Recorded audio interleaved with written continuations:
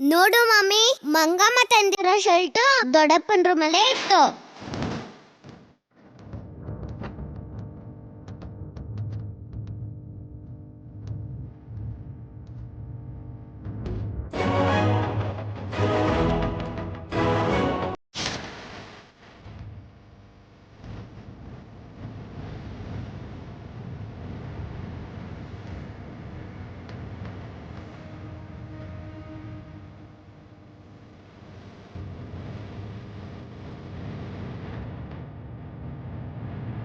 ಮಂಗಮ್ಮ, ನೀನ್ ತಂದಿರೋ ಶರ್ಟ್ ದೊಡ್ಡಪ್ಪನ ರೂಮಲ್ಲೇ ಇದೆ.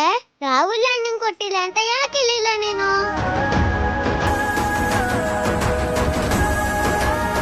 ಬನ್ನಿ ಅಮ್ಮ, ಬನ್ನಿ ಬನ್ನಿ, ಒಂದ್ ತಗೊಂಡ್ರೆ ಒಂದು ಉಚಿತ.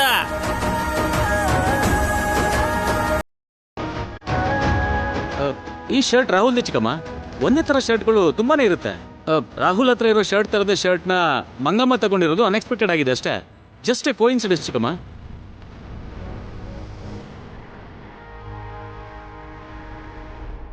ಪಾಪ ಆತ್ರ ಬಿದ್ದು ಮಂಗಮ್ಮಂಗ್ ಬೈದೆ ಮಮ್ಮಿ.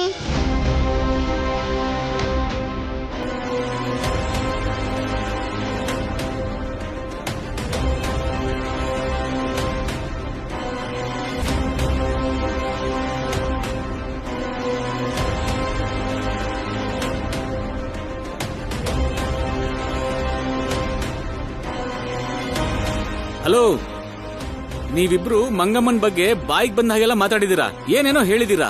ಇವಾಗ ಸೈಲೆಂಟ್ ಆಗಿದ್ದೀರಾ? ಸ್ವಲ್ಪ ಹಿಂದೆ ಮುಂದೆ ಯೋಚನೆ ಮಾಡಿ ಮಾತಾಡೋದು ಒಳ್ಳೇದು ಅಂತ ನನ್ನ ಅನಿಸಿಕೆ. ಅಂಡರ್ಸ್ಟ್ಯಾಂಡ್?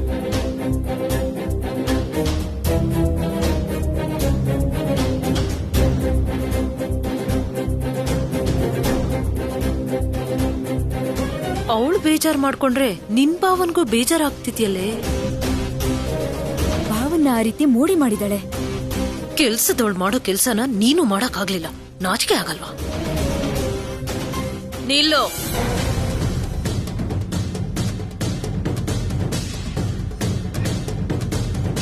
ನೀನಿಲ್ಲಿ ಅಣ್ಣನ ನೋಡ್ಕೊಳಕ್ ಬಂದವಳು.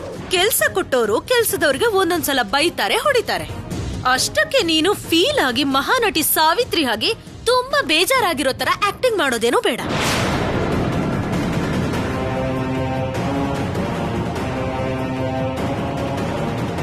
ತುಂಬಿರೋ ಮನೇಲಿ ಅಳ್ಬೇಡ, ಮನೆಗ ಅನಿಷ್ಟ.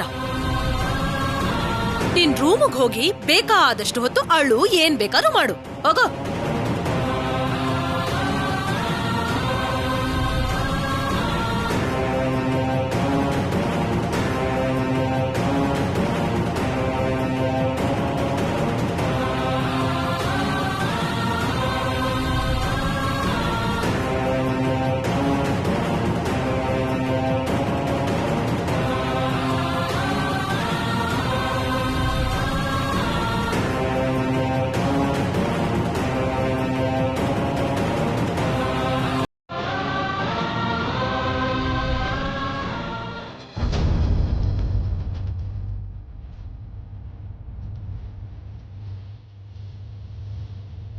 ಆಫ್ಟರ್ ಆಲ್ ನನ್ನ ಮನೇಲಿ ಕೆಲಸ ಮಾಡೋ ಕೆಲಸದವಳು ನಾನು ಕೊಡೋ ಸಂಬಳದಲ್ಲಿ ನಮ್ ರಾಹುಲ್ಗೆ ಶರ್ಟ್ ಕೊಡಿಸ್ತೀಯ?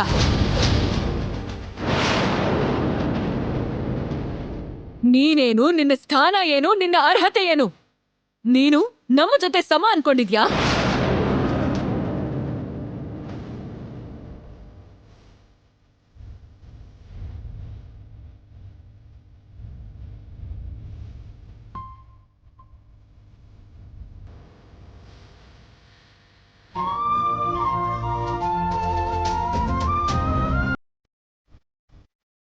ರಾಹುಲ್ ಅವರು ನನ್ನ ಇಷ್ಟ ಇಲ್ಲದೆ ಮದುವೆ ಆಗಿದ್ದಾರೆ ಅಂತ ಗೊತ್ತು ನನಗೆ.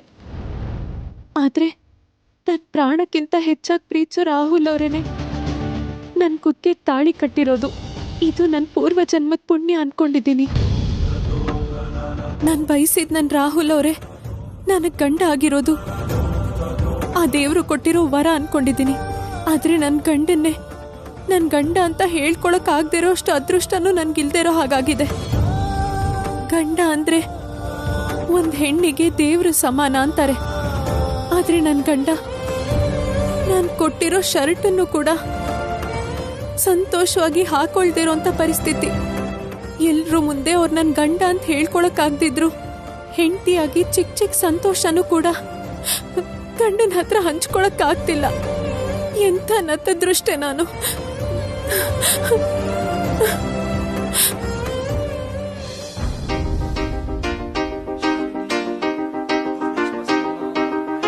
ಸರ್ಸು,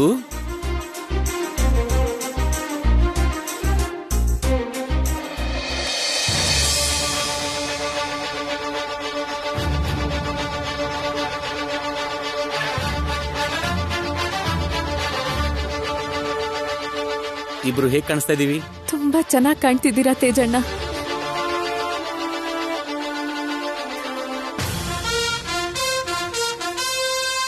ನಿಮ್ಗೊಂದು ವಿಷಯ ಗೊತ್ತಾ ಸರ್ಸು?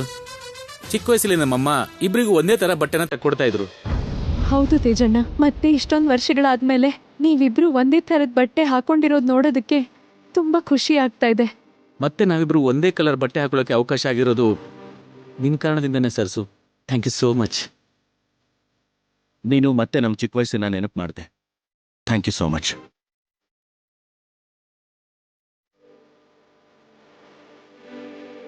ಹೌದು, ನೀನು ಈ ಶರ್ಟ್ನ ರಾಹುಲ್ಗೋಸ್ಕರ ತಾನೇ ತಂದಿದ್ದು. ಆದ್ರೀಗ ನಾನು ಹಾಕೊಂಡಿದ್ದೀನಿ, ಬೇಜಾರಿಲ್ಲ ತಾನೆ? ಅದ್ಯಾಕೆ ಹಾಗೆ ಕೇಳ್ತೀರಾ ತೇಜಣ್ಣ? ನಿಮ್ಗೇನೆ ಅದು, ಇಟ್ಕೊಳ್ಳಿ. ಆದ್ರೆ ಇನ್ ಯಾವಾಗಾದ್ರೂ ತಂದ್ರೆ ನಮ್ಮಿಬ್ರಿಗೂ ಒಂದೇ ತರದ ಬಟ್ಟೆನ ತರಬೇಕು. ತುಂಬಾ ಸಮಯದ ನಂತರ ನಿನ್ನ ನೀಗ್ ನಗ್ತಾ ಇರೋದು ನೋಡ್ತಾ ಇದ್ದೀನಿ. ನೀನ್ ಯಾವಾಗ್ಲೂ ಹೀಗೆ ನಗ್ನಗ್ತಾನೆ ಇರಬೇಕು.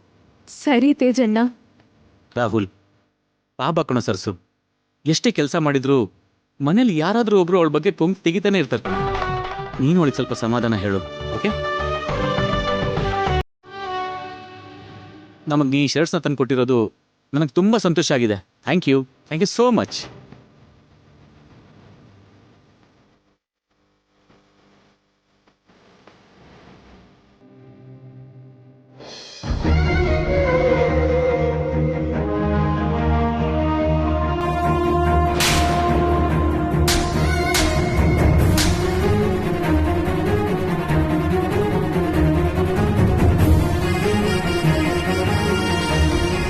ಏಯ್ ಸರ್ಸು, ಏನಿದು? ನಾನ್ ನಿಮ್ಗೆ ಹೊಡೆದ್ಬಿಟ್ಟು ತುಂಬಾನೇ ದೊಡ್ಡ ತಪ್ಪು ಮಾಡ್ಬಿಟ್ಟೆ. ನಾನು ಎಷ್ಟು ಹೇಳಿದ್ರು ನೀವು ನನ್ನ ಮಾತು ಕೇಳಲಿಲ್ವಲ್ಲ ಅಂತ ಹೀಗೆಲ್ಲ ಮಾಡ್ಬಿಟ್ಟೆ. ಹೆಂಡತಿ ಗಂಡಂಗ್ ಹೊಡೆಯೋದು ಕ್ಷಮಿಸಕ್ಕಾಗದೇ ಇರೋಂಥ ತಪ್ಪು.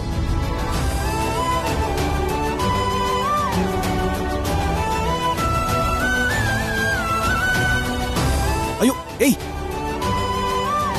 ಏನಿದು? ನಿನ್ಗೇನಾದ್ರೂ ಹುಚ್ಚಿಡ್ತಿದ್ಯಾ? ತುಂಬಾ ದೊಡ್ಡ ತಪ್ಪು ಮಾಡ್ಬಿಟ್ಟೆ ರಾಹುಲ್ ಅವರೇ. ಏಯ್, ನೀನ್ ನನಗೆ ಹೊಡೆದೆ ಅಂತ ನನಗೆ ಬೇಜಾರಾಗ್ಲಿಲ್ಲ ಸರ್ಸು. ನಾನು ಫಾರಿನಲ್ಲಿ ಓದಿದ್ರು ಹುಟ್ಟು ಬೆಳೆದಿದ್ದೆಲ್ಲ ಇಂಡಿಯಾದಲ್ಲೇ. ಇಂಡಿಯನ್ ಟ್ರೆಡಿಷನ್ ಅಲ್ಲಿ ಹೆಣ್ಮಕ್ಳು ತಾಳಿಗೆ ಎಷ್ಟು ಬೆಲೆ ಕೊಡ್ತಾರೆ ಅಂತ ನನಗಾಗ್ಲೇ ಗೊತ್ತಾಗಿತ್ತು. ನೋಡು, ನೀನ್ ಮಾತ್ರ ಅಲ್ಲ, ಆ ಪರಿಸ್ಥಿತಿಲಿ ಯಾರೇ ಇದ್ದಿದ್ರು ಹಾಗೆ ಮಾಡ್ತಾ ಇದ್ರು. ಇದರಲ್ಲಿ ನೀನ್ ತಪ್ಪಂತೂ ಏನೂ ಇಲ್ಲ. ನಿನ್ ಕುತ್ತಿಗೆಲಿರೋ ತಾಳಿನ ಒಂದ್ ವೇಳೆ ಯಾರಾದ್ರೂ ನೋಡಿದ್ರೆ ನಮಗ್ ಮದ್ವೆ ಆಗಿದೆ ಅನ್ನೋ ವಿಷಯ ಯಾರಿಗಾದ್ರೂ ಗೊತ್ತಾಗತ್ತೇನೋ ಅನ್ನೋ ಕಾರಣಕ್ಕೆ ನಾನು ಹಾಗೆ ಮಾಡ್ಬೇಕಾಯ್ತು ಅಷ್ಟೇ. ತಪ್ಪಾಗಿದ್ದು ನನ್ನಿಂದಾನೆ. ನಮ್ಮಿಬ್ಬರ ಮಧ್ಯೆ ಮತ್ತೆ ಅಂತ ಪರಿಸ್ಥಿತಿ ಬರಬಾರ್ದು ಅಂದ್ರೆ ನಾನು ಹೇಳ್ದ ಹಾಗೆ ನೀನಿಲ್ಲಿಂದ ಹೋಗೋದೇ ಬೆಟರ್ ಅನ್ಸುತ್ತೆ.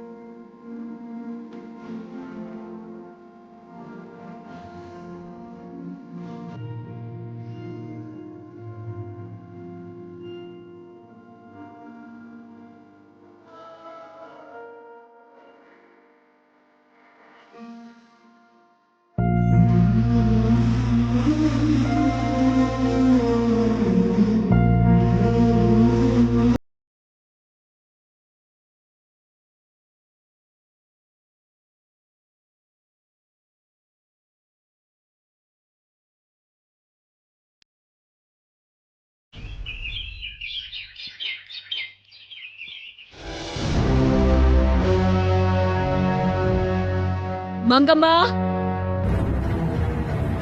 ಅಮ್ಮೋರ್ ಯಾಕಷ್ಟು ಜೋರಾಗಿ ಕರೀತಿದ್ದಾರೆ? ಮತ್ತೆ ನನ್ನ ಬೈಯೋದಕ್ಕೆ ಕರೀತಿದಾರೋ ಏನೋ. ಬಂದೆ ಅಮ್ಮೋರೆ.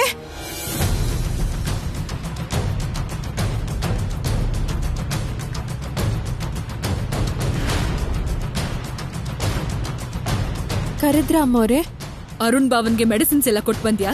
ಈಗಷ್ಟೇ ಕೊಟ್ ಬಂದೆ ಅಮ್ಮೋರೆ. ಮತ್ತೆ ಯಾವಾಗ ಕೊಡ್ಬೇಕು? ಮಧ್ಯಾಹ್ನ ಕೊಡ್ಬೇಕು ಅಮ್ಮ.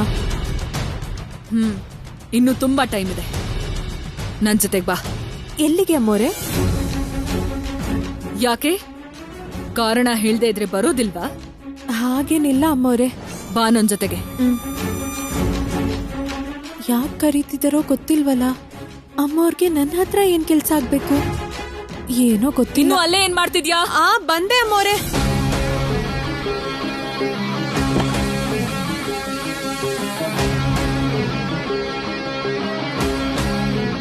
ನಿನ್ನ ಕರ್ದಿದ್ದು ನನಗ್ ಬಾ ಹೇಳೋಕಲ್ಲ, ಕಾರ್ ಹತ್ತು.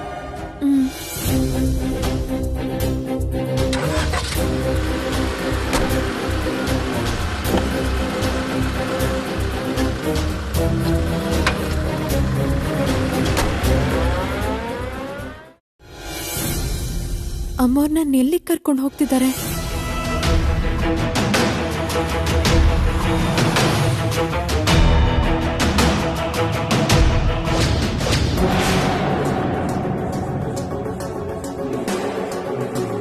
ನನ್ ಯಾಕೆ ಜೈಲಿಗೆ ಕರ್ಕೊಂಡು ಬಂದ್ರು ಅಮ್ಮವರು? ನನ್ ಜಗದೀಶ್ ಮಗಳು ಸರಸ್ವತಿ ಅಂತ ಗೊತ್ತಾಗೋಯ್ತಾ? ಅದಕ್ಕೆ ನನ್ನ ಇಲ್ಲಿ ಕರ್ಕೊಂಡು ಬಂದಿದಾರ? ಇಳಿ.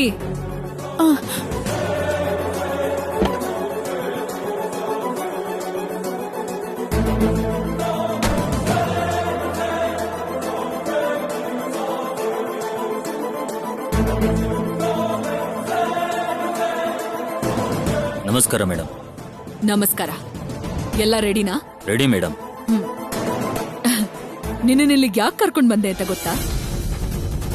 ದುಡ್ಡಿಂದ ಎಲ್ಲದನ್ನು ಕೊಂಡ್ಕೊಳ್ಳೋಕಾಗಲ್ಲ ಅಂತ ನಿನ್ನೆ ನನಗ್ ನೀತಿಕತೆ ಹೇಳ್ದೆ ಅಲ್ವಾ? ದುಡ್ಡಿಂದ ಏನ್ ಬೇಕಾದ್ರೂ ಮಾಡಬಹುದು, ಯಾರನ್ ಬೇಕಾದ್ರೂ ಕೊಂಡ್ಕೋಬಹುದು ಅಂತ ನಿನಗೆ ಹೇಳೋದಕ್ಕೆ ಅಂತಾನೆ ನಿನ್ನಿಲ್ಲಿ ಕರ್ಕೊಂಡ್ ಬಂದಿದ್ದು. ದುಡ್ಡಿಗಿರೋ ಪವರ್ ಏನು ಅಂತ ನಿನಗ್ ತೋರಿಸ್ತೀನಿ, ಬಾ.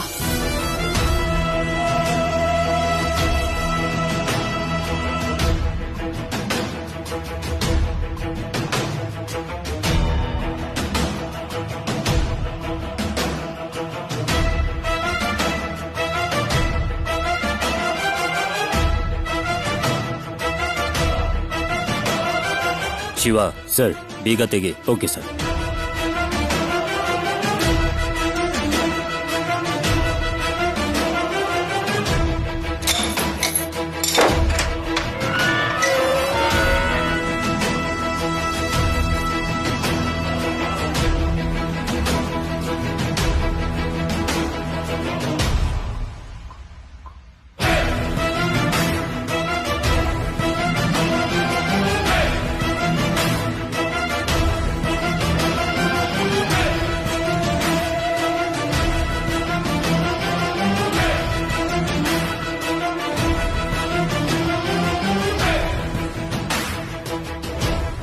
ಈ ದುಡ್ಡೆಲ್ಲ ನಿನಗೋಸ್ಕರನೇ.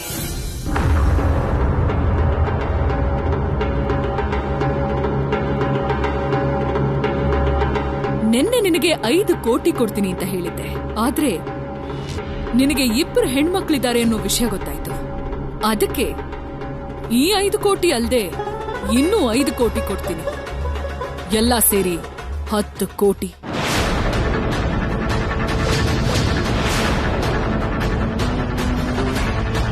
ನೀನು 10 ಜನ್ಮ ಎತ್ತಿದ್ರೂ ಎಷ್ಟು ದುಡ್ಡನ್ನ ಸಂಪಾದನೆ ಮಾಡೋಕ್ಕಾಗಲ್ಲ. ಈ ದುಡ್ಡಿಂದ ನಿನ್ನ 2 ಮಕ್ಕಳ ಲೈಫ್ ಕೂಡ ಹ್ಯಾಪಿಯಾಗಿ ಸೆಟ್ಲ್ ಆಗುತ್ತೆ.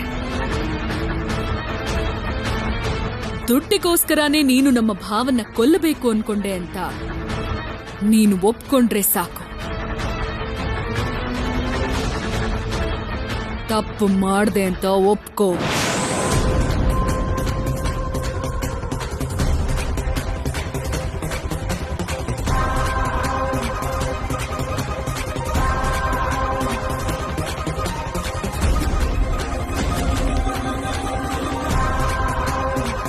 ಹೇಳು, ಏನ್ ಹೇಳ್ಬೇಕು?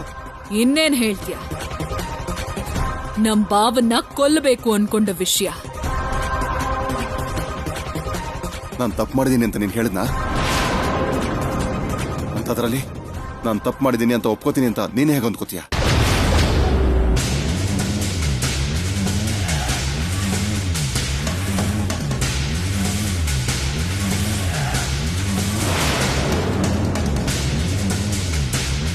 ಮತ್ತೆ ನಾನು ನಿನ್ನೆ ದುಡ್ಡು ಕೊಡ್ತೀನಿ ಅಂತ ಹೇಳಿದಾಗ ಸರಿ ಅನ್ನೋ ಹಾಗೆ ಮೌನವಾಗಿದ್ದೆ.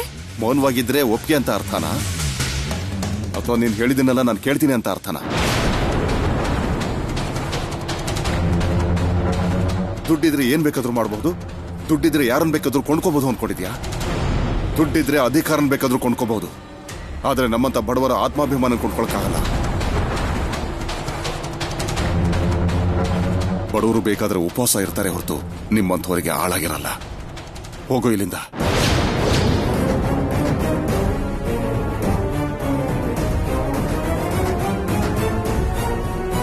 ದುಡ್ಡಿಂದ ಕೊಂಡ್ಕೊಳಕ್ಕಾಗ್ದೇ ಇರೋದು, ದುಡ್ಡಿಂದ ಬೆಲೆ ಕಟ್ಟೋಕಾಗ್ದೇ ಇರೋದು, ದುಡ್ಡಿಗೋಸ್ಕರ ಬಿಡೋಕಾಗ್ದೇ ಇರೋದು ಕೆಲವೊಂದಿರುತ್ತೆ ಅಮ್ಮೋರೆ. ಎಲ್ಲದಕ್ಕೂ ದುಡ್ಡೇ ಮುಖ್ಯ ಅಂತ ಅನ್ಕೊಂಡ್ರೆ ಮನುಷ್ಯರ ಹತ್ರ ದುಡ್ಡು ಮಾತ್ರ ಇರುತ್ತೆ ಹೊರತು ಮನಸ್ಸುಗಳ ಮಧ್ಯೆ ಪ್ರೀತಿ, ಅನುಬಂಧ, ಸಂತೋಷ ಇದ್ಯಾವುದೂ ಇರಲ್ಲಮ್ಮ.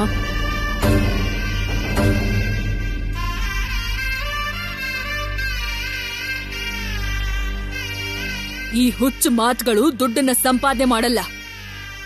ನಿನ್ನ ಆತ್ಮಾಭಿಮಾನ, ನಿನ್ನ ಮಕ್ಕಳ ಜೀವನನ ಸರಿ ಮಾಡೋದಿಲ್ಲ. ಯೋಚನೆ ಮಾಡು. ನಿನ್ನ ಅಹಂಕಾರದಿಂದ ನಾನು ಭಯ ಪಡಲ್ಲ. ನಿನ್ನ ಆಸ್ತಿ, ಅಂತಸ್ತು ಎಲ್ಲ ನನ್ನೊಂದು ಕೂದ್ಲಿಕ್ಕೆ ಸಮಾನ.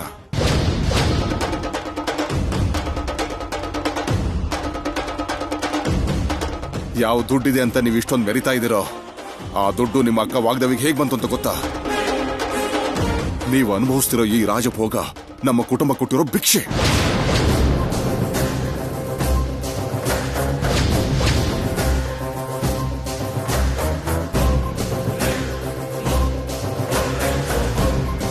ಅದು ನನ್ನ ಹೆಂಡತಿ ಉಮಾ ವಾಗ್ದೇವಿ ಕೊಟ್ಟಿರೋ ಭಿಕ್ಷೆ.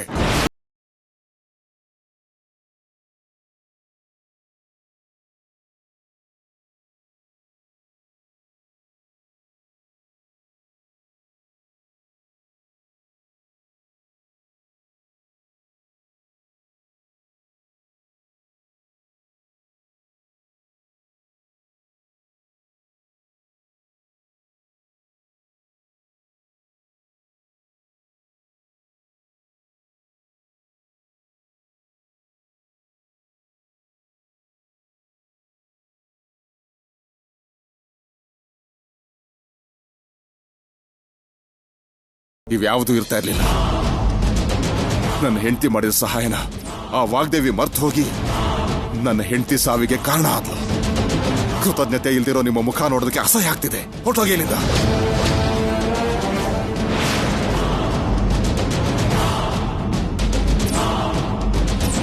ಅಂದ್ರೆ ನಮ್ಮಕ್ಕನ ಮೇಲಿರೋ ಸೇಡು ಪ್ರತಿಕಾರದ ಮೇಲೆ ನಮ್ ಬಾವನವ್ರನ್ನ ಸಾಯಿಸ್ಬೇಕು ಅನ್ಕೊಂಡ್ಯಾ?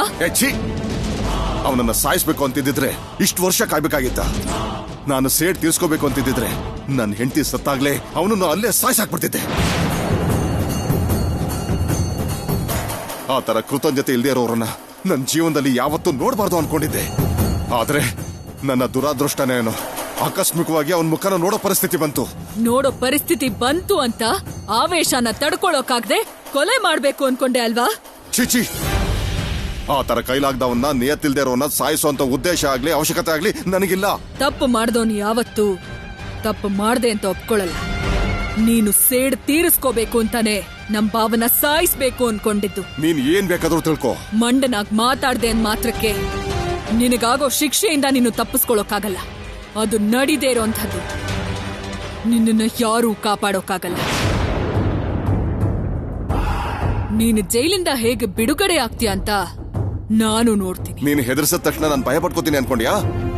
ನನ್ನನ್ನು ಬಿಡುಗಡೆ ಮಾಡಿಸೋದಕ್ಕೆ ನನ್ನ ಮಗಳು ಸರಸ್ವತಿ ಇದ್ದಾಳೆ.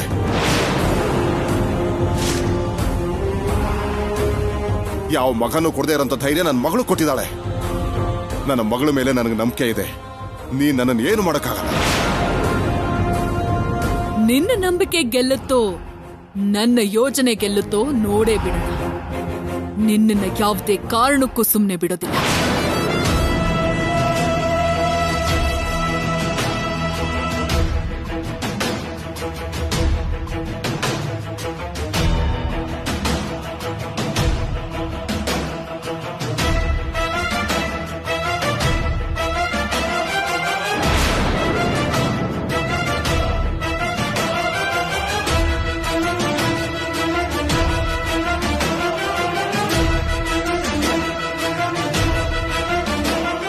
ನೋಡಿ, ನೀವು ಈ ಮಂಗಮ್ಮನೂರಿನ ಕಡೆಯವರಲ್ವಾ?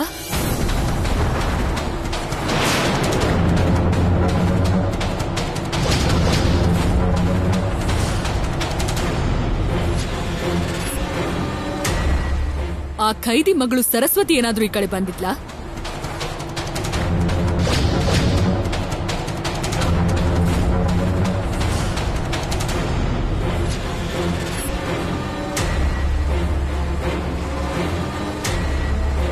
ಅವನ ಮಗಳು ಸರಸು ಅವನನ್ನ ಭೇಟಿ ಮಾಡೋಕ್ ಬಂದ್ರೆ ಇನ್ಫಾರ್ಮ್ ಮಾಡಿ. ಹಾಗೆ ಆಗ್ಲಮ್ಮ.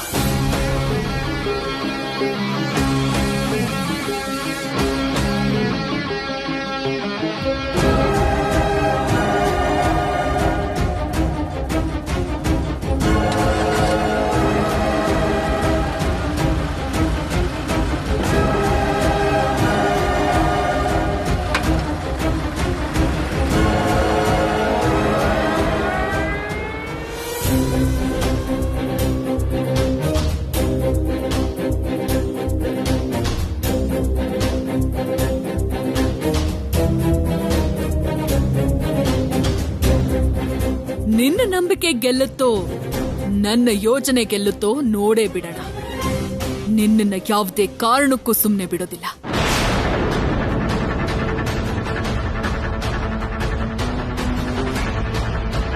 ಆ ಖೈದಿ ಮಗಳು ಸರಸ್ವತಿ ಏನಾದ್ರೂ ಈ ಕಡೆ ಬಂದಿದ್ಲಾ?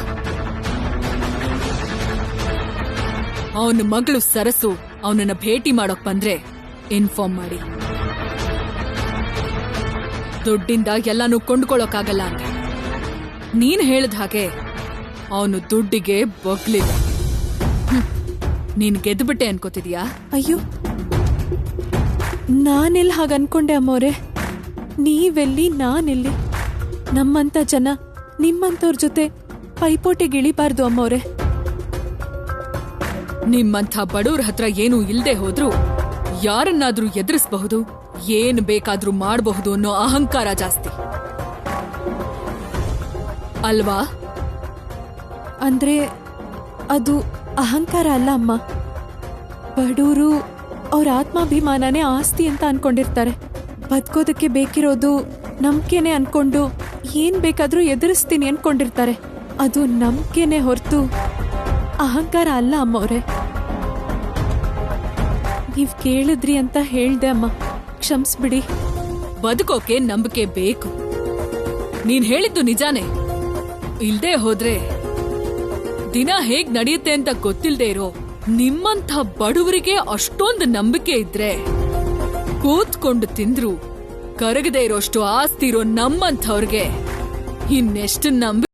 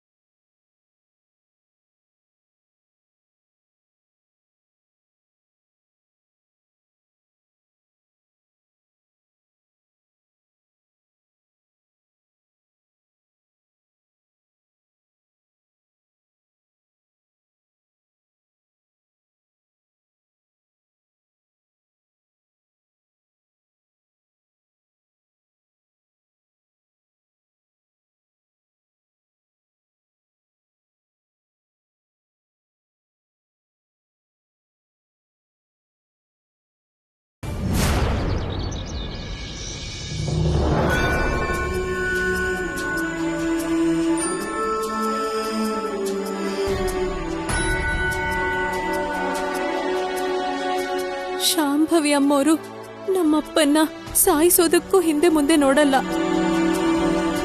ಅಪ್ಪನ್ ಹೇಗ್ ಕಾಪಾಡ್ಕೋಬೇಕೋ ಒಂದು ಗೊತ್ತಾಗ್ತಿಲ್ಲ.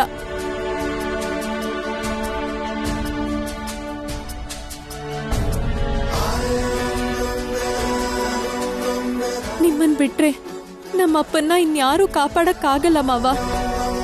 ನೀವು ಬೇಗ ಹುಷಾರಾಗ್ಬಿಡಿ ಮಾವ.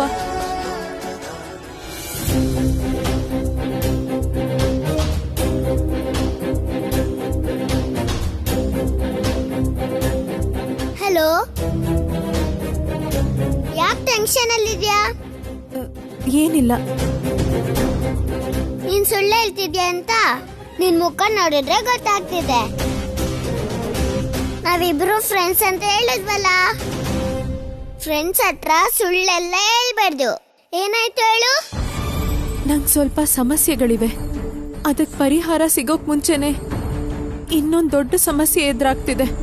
ಏನ್ ಮಾಡ್ಬೇಕು, ಅದನ್ನೆಲ್ಲ ಹೇಗ್ ಬಗೆಹರಿಸ್ಕೋಬೇಕು ನಂಗೆ ಅರ್ಥನೇ ಆಗ್ತಿಲ್ಲ. ಸಮಸ್ಯೆಗಳಿದ್ದಾಗ ಮನ್ಸಲ್ಲಿ ಸಹನೆ ಶಕ್ತಿ ಬೆಳೆಯುತ್ತೆ ಅಂತ ನಮ್ ದೊಡ್ಡಮ್ಮ ವಾಗ್ದೇವಿ ಹೇಳ್ತಿದ್ರು. ನೀನ್ ತುಂಬಾನೇ ಒಳ್ಳೆಯವಳು. ಒಳ್ಳೆಯವ್ರಿಗೆ ಯಾವಾಗ್ಲೂ ಒಳ್ಳೇದೇ ಆಗುತ್ತೆ.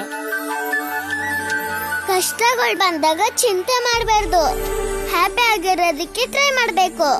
ಕಷ್ಟಗಳು ನಮಗ್ ಭಯ ಪಡಲ್ಲ, ನಮ್ ನಗು ನೋಡಿ ಭಯ ಪಡುತ್ತೆ. ಇದನ್ನ ನಿಂಗೆ ಫ್ರೆಂಡ್ ಆಗಿ ಹೇಳ್ತಿಲ್ಲ, ವಾಗ್ದೇವಿ ಮೇಡಮ್ ಆಗಿ ಹೇಳ್ತಿದ್ದೀನಿ.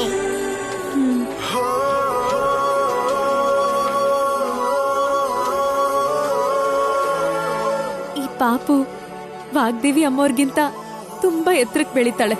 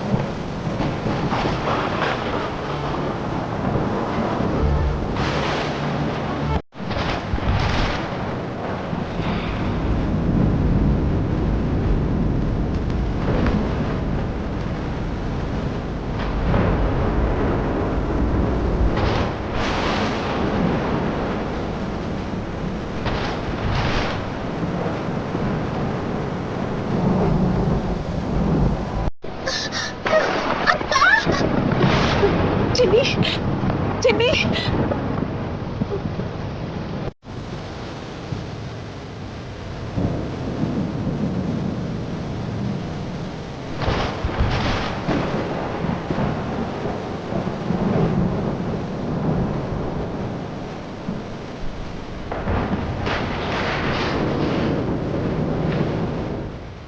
ಚಿನ್ನಿಗೆ ಗುಡುಗು ಅಂದ್ರೆ ಭಯ. ಚಿನ್ನಿ ಹೇಗಿದ್ದಾಳೋ ಏನೋ. ಚಿನ್ನಿ ಹತ್ರ ಒಂದ್ಸಲ ಮಾತಾಡ್ಬೇಕು, ಭಯ ಪಡ್ಬೇಡ ಅಂತ ಧೈರ್ಯ ತುಂಬಬೇಕು.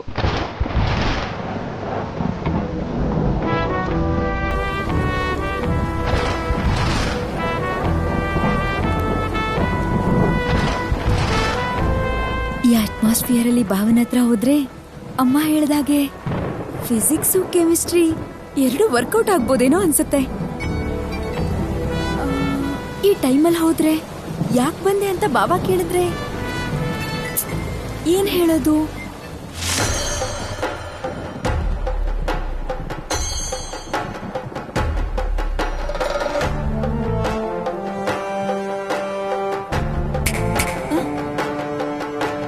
ಏನ್ ಯೋಚಿಸ್ತಿದ್ಯೆ?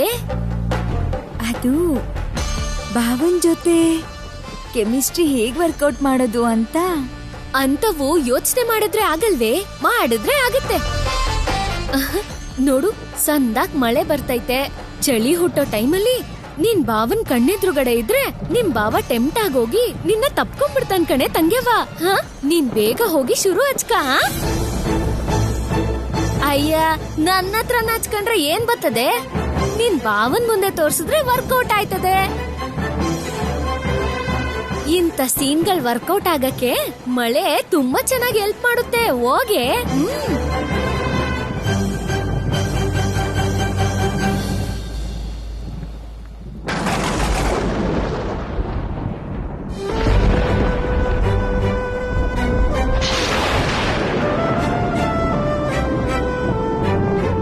ತೇಜಣ್ಣಂಗ್ ಹೇಳಿ ದೊಡ್ಡಯ್ಯಂಗ್ ಫೋನ್ ಮಾಡಿಸಿ ಚಿನ್ನಿ ಹತ್ರ ಮಾತಾಡ್ಬೇಕು. ತೇಜಣ್ಣನ್ ರೂಮಲ್ಲಿ ವಂಜಮ್ಮ ಇರ್ತಾರೆ. ಈ ಸರಿ ರಾತ್ರಿಲಿ ಗಂಡ ಹೆಂಡತಿಗೆ ತೊಂದರೆ ಕೊಡೋದು ತಪ್ಪಾಗುತ್ತೆ. ರಾಹುಲ್ ಅವ್ರ ಹತ್ರ ಫೋನ್ ಇಸ್ಕೋಬೇಕು.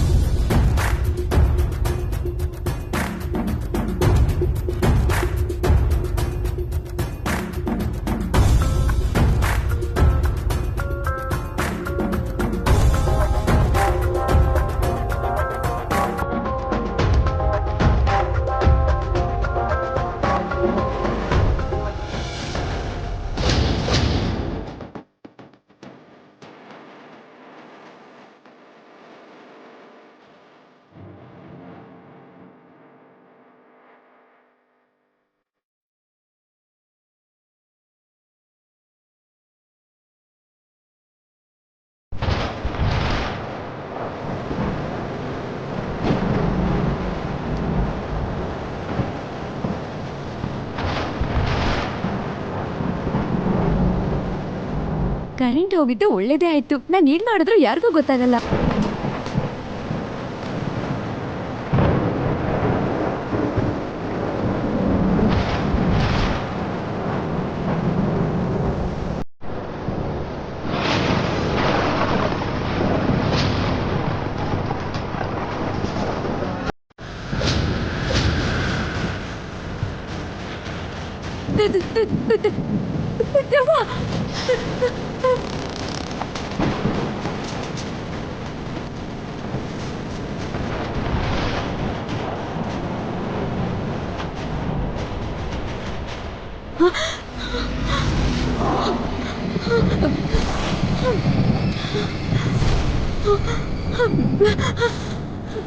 ಅಕ್ಕ, ಅದೇನೆ ಹಿಂಗ್ ಹೋದವಳು ಹಂಗ್ ಬಂದ್ಬಿಟ್ಯಲ್ಲ, ಏನಾಯ್ತೆ? ಭಾವನ್ ರೂಮಲ್ಲಿ ದೆವ್ವ ನೋಡ್ದೆ ಅಕ್ಕ. ಹಾ ಏನು ದೆವ್ವ ನೋಡ್ದ್ಯಾ? ಹೌದು ಅಕ್ಕ. ಲೇ ಪೆದ್ ಮುಂಡದೆ, ನಿಮ್ ಭಾವನ ಹತ್ರ ಹೋಗು ಅಂದ್ರೆ ನನ್ನ ಹತ್ರ ಯಾಕೆ ಬಂದೆ? ಇಲ್ಲ ಅಕ್ಕ, ನಾನ್ ನಿಜವಾಗ್ಲೂ ದೆವ್ವ ನೋಡ್ದೆ. ನೀನೇ ಒಂದ್ ದೊಡ್ಡ ದೆವ್ವದ ತರ ಇದ್ಯಾ. ನಿನಗ್ ಇನ್ನೊಂದ್ ದೆವ್ವ ಕಾಣಿಸ್ಕೊಂತು ಅಂದ್ರೆ ಬಾ ನನಗ್ ತೋರ್ಸು. ಇಲ್ಲ ಅಕ್ಕ, ನಾನ್ ಬರಲ್ಲ. ನೀನ್ ಬಾರೆ, ನಾನ್ ಇದೀನಲ್ಲ, ಭಯ ಯಾಕೆ? ನಡಿ.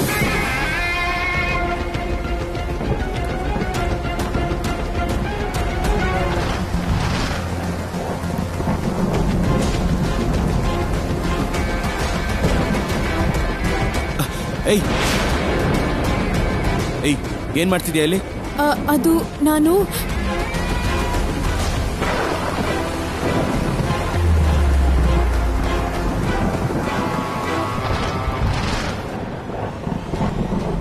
ಬೇಡ ಅಕ್ಕ, ನನ್ ಮಾತ್ ಕೇಳಕ್ಕ. ನನ್ ಜೊತೆ ಬಾ ಅನ್ನಲ್ಲ. ಬೇಡ ಅಕ್ಕ, ಪ್ಲೀಸ್ ಅಕ್ಕ.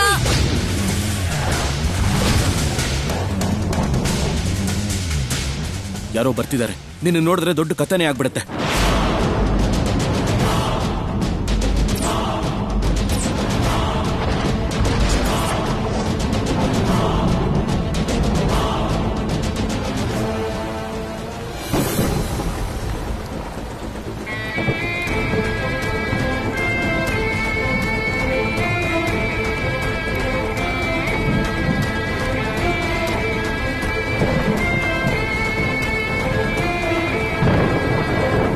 ತೋರ್ಸೆ ನನ್ಗೆ.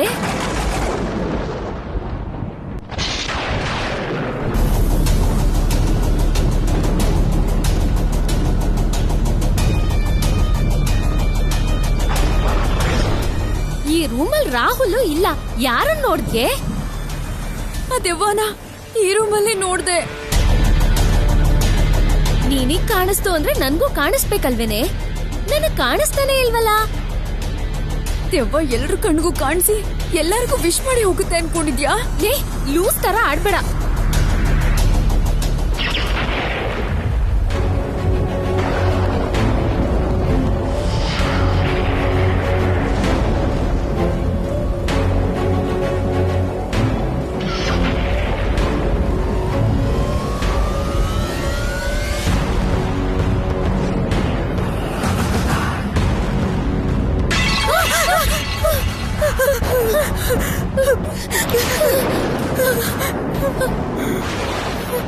ಇಲ್ಲೇ ತಂಗ್ಯವ್ವ, ನಿಜವಾಗ್ಲೂ ದೆವ್ವ ಇದೆ ಅನ್ಸುತ್ತೆ.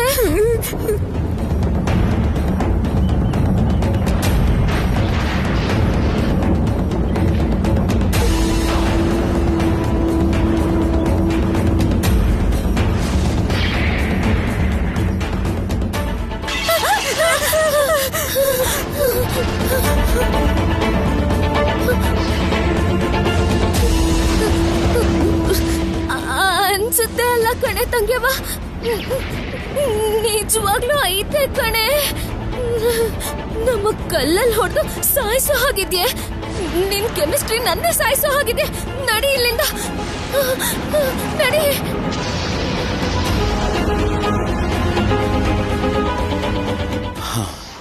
ಹೋದ್ರು ಅನ್ಸುತ್ತೆ.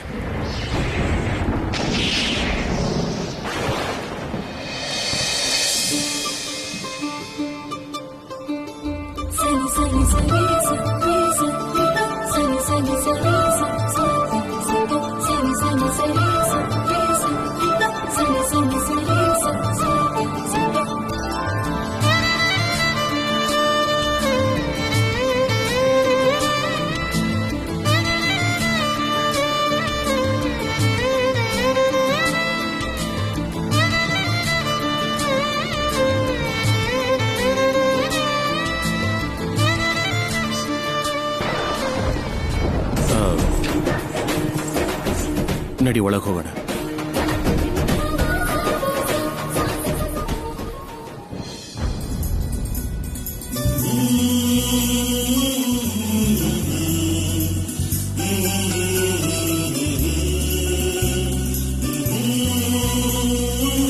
ತಲೆನ ನೆನ್ಪಿಟ್ಟಿದೆ ರಾಹುಲ್ ಅವರೇ.